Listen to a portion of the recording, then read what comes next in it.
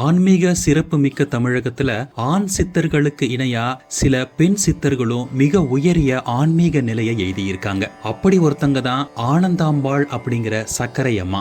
அஷ்டமா சித்து வரிசையில மிக நுண்ணிய வடிவத்தையும் எடுக்கக்கூடிய அனிமா, மிகச்சிறிய பொருளை கூட பெருசா மாற்றக்கூடிய மகிமா, எதையும் ரொம்ப லேசானதா மாற்றக்கூடிய லகிமா, கம்மியான எடை உள்ள பொருட்களை கனமான பொருட்களா மாற்றக்கூடிய கரிமா, தான் செல்ல நினைக்கக்கூடிய இடங்களுக்கு எல்லாமே சென்று வரக்கூடிய பிராப்தி, தன்னுடைய ஆன்மாவை மற்றொரு உடல்ல செலுத்தக்கூடிய பிராகாமியம் ஆகிய பல்வேறு திறமைகளை உடையவரா போற்றப்படுறவங்க தான் இந்த சக்கரை அம்மா.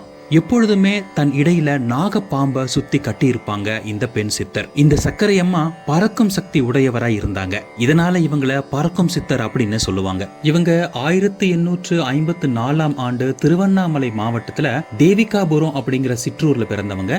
தியானத்தை பத்தி எந்த பயிற்சியுமே இல்லாமலேயே பல மணி நேரம் சிவ மந்திரங்களை சொல்லியபடி தியானத்திலேயே ஆழ்ந்திருப்பாங்களாம். அவருடைய 9வது வயசுல சென்னையில இருக்கக்கூடிய சோமலீஸ்வரன் பேட்டை, அதாவது இப்போதைய புதுப்பேட்டையில சாம்பசிவ சிவாச்சாரியாருக்கு திருமணம் செஞ்சு வச்சாங்க.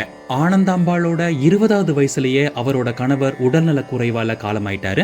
கணவரை இழந்ததுக்கு அப்புறம் தன்னுடைய சகோதரர் வசிச்ச போலூருக்கு அவங்க குடிபெயர்ந்தாங்க. போலூர், திருவண்ணாமலை அப்படின்னு அந்த பகுதிகளில் வாழ்ந்த அத்தனை சித்தர்களோட ஆசிகளையும் இவங்க பெற்றாங்க. கௌதம முனிவரோட சீடரான அடிமுடி சித்தர் முக்தி நிலைய அடைவதற்கான வழிமுறைகளை ஆனந்தாம்பாளுக்கு கத்து கொடுத்தாரு. அருகில இருக்கக்கூடிய நட்சத்திர குன்றுல நட்சத்திர குணாம்பாள் அப்படிங்கிறவங்க வாழ்ந்துகிட்டு வந்தாங்க. அவங்களோட இவங்களுக்கு பழக்கம் ஏற்பட்டுச்சு. அவங்க ஆனந்தாம்பாளை தன்னுடைய சிஷ்யையா ஏத்துக்கிட்டாங்க.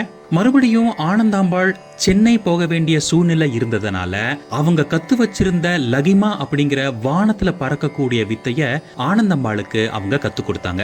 அதே போலதான் இறக்கும் தருவாயில தன்னுடைய ஆன்மீக ஆற்றல் எல்லாத்தையுமே ஆனந்தாம்பாளுக்கு குணாம்பாள் வழங்கினாங்க.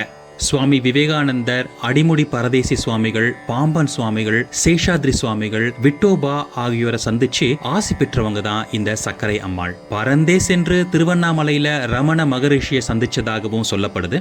1901 பிப்ரவரி 28 சக்கரை அம்மா தன்னுடைய உடலை விட்டு நீங்கினாங்க. அவருக்கு அவருடைய சீடரான நஞ்சுண்டராவோட இடத்திலேயே சமாதி இருக்குது. திருவான்மையூர் கலாக்ஷேத்ரா சாலையில இந்த கோயில் அமைஞ்சிருக்கு. குருதேவர் ஸ்ரீ சக்கரை அம்மாவோட குரு பூஜை 8/3/2025 சனிக்கிழமை நடக்க இருக்கு. காலையில 8:30 மணி முதல் கலச ஸ்தாபன ஹோமம், மகாபிஷேகம், கலசாபிஷேகம் எல்லாம் நடக்க போகுது. மாலை 6 மணி முதல் தரிசனம், தீபாராதனை எல்லாமே நடக்கும். எல்லாரும் வாங்க, அம்மாவோட அருளை பெறுங்க.